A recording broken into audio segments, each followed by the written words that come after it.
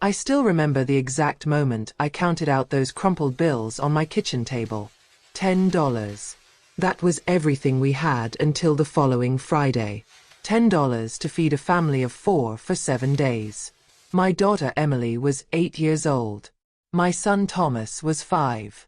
They were sitting in front of the television watching cartoons, laughing at something, completely unaware that their mother was in the kitchen trying to figure out how to keep them alive on less than $1.50 a day. I stared at that money like it might multiply if I wished hard enough. It didn't. It just sat there, wrinkled and worn, some of the bills so soft they felt like tissue paper. And I thought to myself, this is it. This is rock bottom. There's nowhere lower to go. But I was wrong about that. Because rock bottom has a basement. And that basement has a cellar. And we found every single level before we finally started climbing back up. My name is Dolores, and I'm 68 years old. I've been married to my husband Raymond for 47 years now. We have 2 grown children, 4 grandchildren, and a little house in Ohio that we own free and clear. We're not wealthy by any stretch, but we're comfortable. We have enough. But there was a time, 18 months of our lives, when we had nothing. And I mean nothing. When $10 a week wasn't an exaggeration or a figure of speech. It was our reality. It was what we actually lived on. And surviving that time taught me things about myself, about my marriage, about what really matters, that I carry with me to this day. It started in the spring of 1987.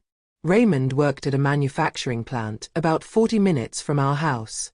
He'd been there for 11 years. Good job, good benefits, steady paycheck. We weren't rich, but we were doing okay. We had a mortgage, a used car, a little savings account. We took the kids to the county fair every summer. We had pot roast on Sundays. That was our version of the American dream, and it was enough for us. Then the plant announced they were closing. Moving operations overseas.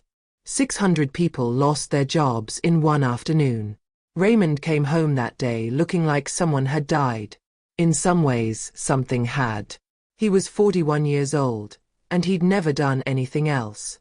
High school diploma, no college, 11 years of specialized factory work that didn't translate to much outside those walls.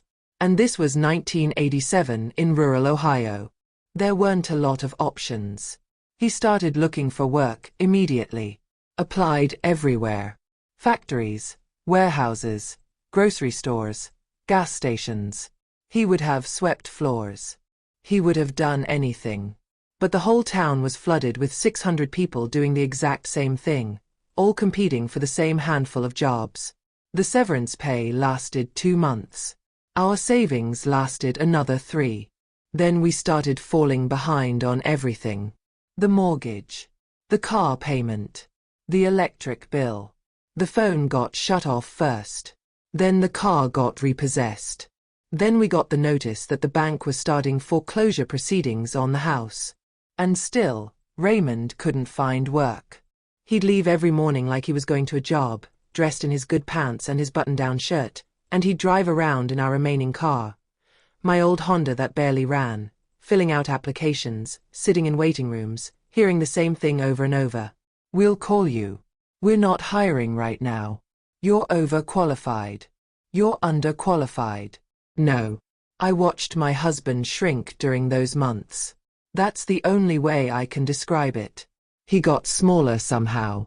The shame of not being able to provide for his family, it ate him alive from the inside. He stopped looking me in the eye. He stopped playing with the kids. He'd sit in the dark after everyone went to bed, just sitting there, and I didn't know what to say to him because there were no words that could fix what was broken. I tried to find work too. But I'd been a stay-at-home mom for 8 years. I had a high school diploma and no experience. And someone had to be home with the kids because we couldn't afford childcare. It was a trap with no way out. By September of that year, we were down to almost nothing. We'd sold everything we could sell. The good furniture went first. Then the television. Then my mother's china set that I'd been saving for Emily. Then Raymond's tools, which nearly killed him because those tools represented everything he knew how to do. We sold them for $50 at a yard sale, and I watched a piece of my husband die that afternoon. We applied for food stamps. Standing in that office, filling out those forms, answering those questions, I have never felt so small in my entire life. I know there's no shame in needing help. I know that now. But back then, all I felt was failure. Raymond couldn't even come inside with me. He sat in the car with his head against the steering wheel. The food stamps helped, but they weren't enough. After rent on the tiny apartment we'd moved into when we lost the house, after the absolute minimum we needed for utilities, we had $10 left each week for everything else. Toilet paper, soap, laundry, medicine when someone got sick, school supplies for the kids. Everything that food stamps wouldn't cover. $10. Let me tell you what $10 a week looks like. It looks like splitting a bar of soap into 3 pieces and making each piece last. It looks like washing your clothes in the bathtub because you can't afford the laundromat. It looks like keeping the heat so low that everyone sleeps in their coats. It looks like telling your children they can't go on the field trip because you don't have $3 for the bus fee. It looks like crying in the bathroom with the water running so nobody can hear you. I became an expert at stretching everything. I learned which stores had the best day-old bread. I learned how to make rice and beans taste different 7 days in a row. I learned that you can make your own laundry detergent with borax and bar soap. I learned that dandelion greens are edible and free if you pick them from the edges of parking lots where nobody sprays chemicals. The kids didn't fully understand what was happening, but they understood enough. Emily stopped asking for things. She stopped mentioning when her friends had new clothes or toys. She'd come home from school quiet, and I knew someone had probably said something. Kids are cruel. They repeat what their parents say at home. And in a small town, everyone knew the Hendersons had fallen on hard times. Thomas was young enough that he didn't know any different. But he knew something was wrong. He knew Daddy was sad. He knew Mommy cried sometimes. He started wetting the bed again after being dry for 2 years. I didn't have money for extra sheets or mattress covers. I washed the same sheets by hand every morning and hung them over chairs to dry. The lowest point came 3 days before Christmas that year. We'd already told the kids that Santa was having a hard year, that presents would be small. I'd managed to find a few things at the thrift store, a used doll for Emily, some toy cars for Thomas. Nothing wrapped because we couldn't afford wrapping paper. I'd put them in paper grocery bags with their names written in marker. But then Thomas got sick. Really sick. High fever, terrible cough, struggling to breathe. He needed to see a doctor. He needed medicine. And I had $6 to my name. I called my mother. I hadn't spoken to her in 4 months because I was too ashamed to tell her how bad things had gotten. She'd offered to help early on and Raymond had refused. His pride wouldn't allow it. So I'd stopped calling rather than lie about how we were doing. When I heard her voice on the phone, I broke down completely. I couldn't even speak. I just sobbed into the receiver while she said my name over and over, asking what was wrong, begging me to talk to her. I finally managed to tell her about Thomas, about the fever, about the $6, about everything. All of it came pouring out, the lost job, the lost house, the months of struggle, the shame, the fear, the desperation.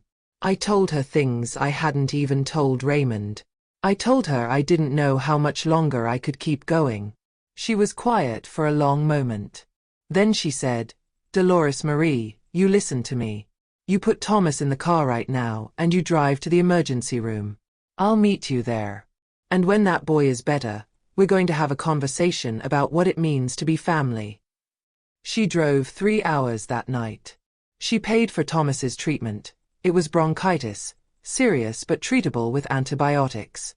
She paid for the medicine. Then she took us all out to a diner and bought us the first real meal we'd had in months. Burgers and fries and milkshakes. Emily and Thomas ate like they'd never seen food before. Raymond couldn't look at my mother. He stared at his plate the whole time, barely eating, drowning in shame. After the kids fell asleep in the booth, exhausted and full, My mother reached across the table and took Raymond's hand. He tried to pull away, but she held on. My husband was out of work for 2 years during the recession, she said. 1973 to 1975. We had 3 kids and no money. My sister sent us grocery money every month. My father paid our rent more times than I can count. That's what family does. That's the only thing family is for. Raymond finally looked up at her. His eyes were red. I was supposed to take care of them, he said. I was supposed to be a man. You are a man, my mother said. You're a man who's going through something hard. That doesn't make you less. It makes you human. I watched my husband cry in that diner booth. Really cry, the way men aren't supposed to cry. And I watched my mother hold his hand through all of it without saying another word. She just let him feel what he needed to feel. That night changed something. Not our circumstances. We were still broke, still struggling, still counting pennies. But something shifted in Raymond. The shame didn't disappear, but it loosened its grip somehow. He started talking to me again, playing with the kids again. He stopped sitting in the dark by himself. My mother helped us through that winter. She couldn't afford much, she was on a fixed income herself, but she sent what she could. $50 here, $30 there. It made the difference between surviving and not. And slowly, things started to turn. Raymond got a part-time job at a hardware store in February. Minimum wage, 20 hours a week, but it was something. He got another part-time job in March, washing dishes at a restaurant in the evenings. Between the two, he was working 60 hours a week for barely more than he'd made at the factory, but we were working. We were climbing. I got a job too. A few hours a week cleaning houses for a woman my mother knew. I brought the kids with me, and they'd do their homework in the corner while I scrubbed bathrooms. It wasn't glamorous. It wasn't what I'd imagined for my life. But it was honest work, and I was grateful for every dollar. By the following summer, Raymond got hired full-time at a warehouse. Less money than the factory, no benefits for the first year, but full-time. Steady. Reliable. We moved out of the tiny apartment into a slightly bigger one. We bought a used couch. We started putting $5 a week into savings. Not much, but something. It took us almost 8 years to fully recover. 8 years to pay off the debts we'd accumulated. 8 years to buy another house. 8 years to feel like we had solid ground under our feet again. But we made it. I think about those 18 months more than I probably should. They shaped me in ways I'm still discovering. I can't throw away food, ever. I still save rubber bands and plastic bags and twist ties. I still check the day-old bread rack first. I still feel a flutter of panic when the checking account gets below a certain number, even though that number is far above anything we actually need. Those months also taught me who I really am. I learned that I'm stronger than I ever knew. I learned that I can survive things that feel unsurvivable. I learned that pride is a luxury, and asking for help is not weakness, it's wisdom. It's knowing that none of us make it through this life alone. I learned that my husband's worth has nothing to do with his paycheck. I watched him break apart and put himself back together, and I loved him more in his brokenness than I ever had in his strength. We'd been married 12 years when we lost everything, but those 18 months made our marriage real in a way it hadn't been before. We stopped pretending with each other. We stopped performing. We became partners in the truest sense of the word. And I learned about my children. I learned that Emily, at 8 years old, was capable of a grace and maturity that humbled me. She never complained. She never threw fits about what she didn't have. She mothered her little brother through that time with a tenderness that still makes me cry when I think about it. She's 45 now, a mother herself, and she carries that same quiet strength. Thomas doesn't remember much about that time. He was too young. But I see it in him anyway. He's careful with money, almost too careful. He saves obsessively. He never wastes anything. Those lessons went into him somehow, even if he doesn't consciously remember the circumstances. People ask me sometimes how we did it. How we survived on so little for so long. And I tell them the truth. We did it the same way everyone does it. One day at a time. One meal at a time. One problem at a time. You don't think about next month or next year when you're just trying to get through today. You can't. It'll crush you. So you focus on the next hour. The next meal. The next breath. And somehow, enough hours and meals and breaths string together, and you find yourself on the other side. I also tell them that we didn't do it alone. We had my mother. We had a church that dropped off groceries anonymously a few times. We had neighbors who accidentally bought too much at the store and wondered if we could use the extra. We had a community that carried us when we couldn't carry ourselves. That's the thing about hard times. They show you who people really are. Some folks disappeared when we fell on hard luck. Friends we'd had for years suddenly stopped calling. But others showed up in ways we never expected. A woman I barely knew from Thomas's school drove 45 minutes to bring us a bag of clothes her son had outgrown. She didn't say much. Just handed me the bag and said, "I've been where you are. It gets better." Then she left. I never forgot her. Raymond passed 3 years ago. Heart attack. Sudden. No warning. One day he was here. The next day he wasn't. The grief of that is still fresh some days, still sharp, even after all this time. But when I think about him, I don't think about how he died. I think about how he lived. I think about those months when everything fell apart and he fell apart with it, and then he put himself back together. He went from a broken man in a diner booth to someone who worked 2 jobs to support his family. He went from not being able to look at his children to building them a treehouse with his own hands when we finally had a backyard again. He went from shame to pride, the good kind of pride, the kind that comes from surviving something hard. We had 35 more years together after that terrible time. 35 years of regular life. Birthday parties and graduations and grandchildren and Sunday dinners. 35 years of falling asleep next to each other and waking up together. All of that almost didn't happen. If we hadn't survived those 18 months, everything that came after would have been erased before it started. I keep a $10 bill in my wallet at all times. It's my reminder. Not of the hardship exactly, but of what I learned from it. That money isn't everything. That love matters more than stuff. That family, the real kind, the kind that shows up when things fall apart, is the only wealth that matters. My granddaughter found that bill once. She asked why I kept cash when I had credit cards. "It's my lucky money," I told her. She wrinkled her nose. $10 isn't very much, Grandma." "No, it isn't," I said. "But it was enough." She didn't understand. She's 16, growing up in a different world, and I hope she never has to understand the way I do. But someday, if life teaches her the lessons it taught me, she'll know what I meant. $10 isn't very much.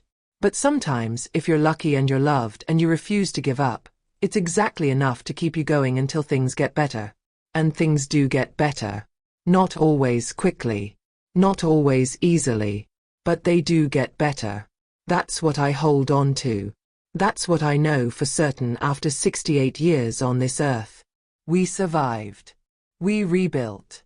We lived. And every single day since then has been a gift I refuse to take for granted.